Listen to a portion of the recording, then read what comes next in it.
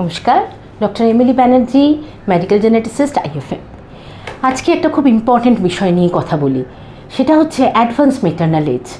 আজকালকার দিনে আমাদের মেয়েদের আমরা কেরিয়ার করতে, জীবনে প্রতিষ্ঠিত হতে বয়স তো একটু বেড়েই যাচ্ছে, কিন্তু মা হওয়ার স্বাদ আমাদের প্রত্যেকে চাই মা হতে। কি কি সতর্কতা নেব? বিশেষ কিছু নয়, শুধু একটা জিনিস আপনাদের বোধহয় এখন অনেকেই জানেন যে আমরা ওই একটা ডিমের স্টক নিয়ে জন্মাই, এবার প্রত্যেকটা সাইকেলে রিলিজ হতে থাকে। এই হতে হতে যেটা অবস্থা হয় সেটা হচ্ছে বয়স যত বাড়ে ক্রোমোজোমাল অ্যানিউপ্লয়েডির চান্সেসটা তত বাড়তে থাকে।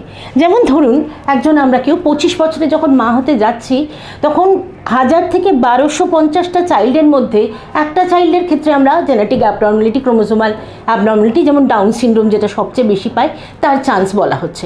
ওয়ারেস যখন বয়সটা 35 হয়ে যাচ্ছে আমাদের, তখন সেই রিস্কটাই চলে আসছে 400 জন চাইল্ডের যদি জন্মায় তার মধ্যে একজনের ক্ষেত্রে আমরা ডাউন সিনড্রোম।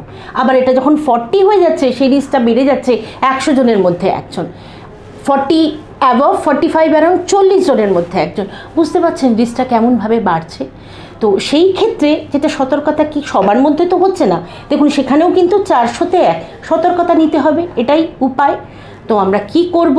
প্রত্যেকটা জেনেটিক স্ক্রিনিং, যেমন প্রেগনেন্সি আসার পরে 12 সপ্তাহ যেই হবে তারপরে আমাদের কম্বাইন স্ক্রিনিং, এনটি স্ক্যান বাচ্চার, নুচেলস ট্রান্সলুসেন্সি স্ক্যান, তার সঙ্গে ডাবল মার্কার।